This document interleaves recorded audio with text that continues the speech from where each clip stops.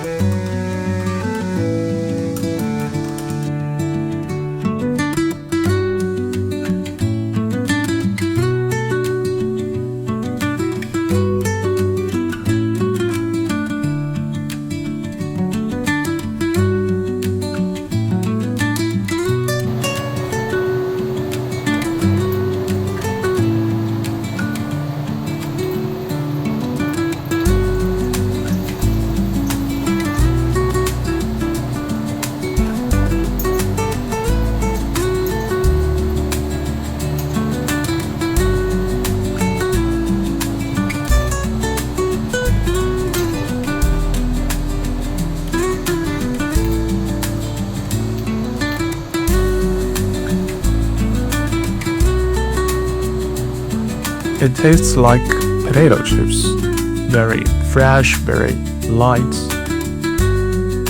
Hope you like this recipe. See you next time.